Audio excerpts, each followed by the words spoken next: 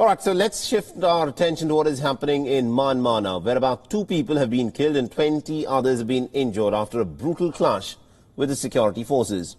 The visuals that will be coming up on your screens are from Myanmar's second largest city, Mandalay.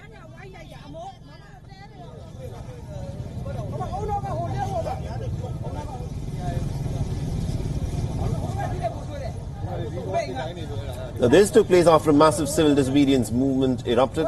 Protests of this scale have not been seen in recent times in Myanmar. It is the third consecutive week of demonstrations demanding an end to the military rule.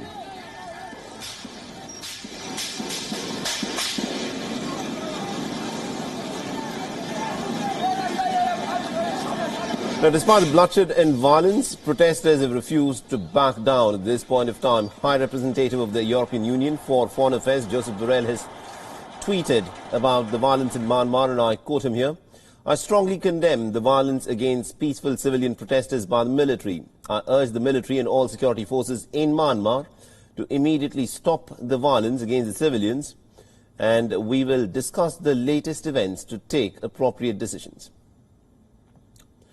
With civil servants, engineers, teachers and students participating in the protest, activists say that the movement's aim is to paralyze the business of the government. The thousands of protesters have started to gather on the streets of Yangon as well.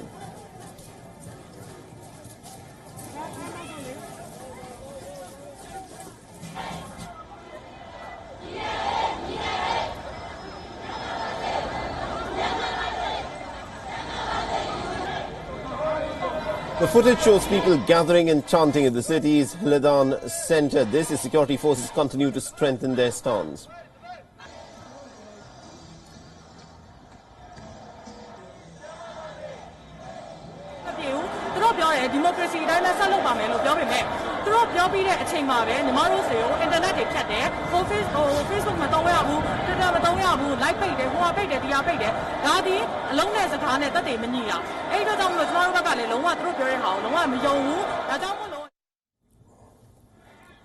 On Friday, the death of a young female protester had shook the nation. The 21-year-old protester was shot in the head in the country's capital, Naypyidaw. Now, this was the first death since the coup took place on the 1st of this month.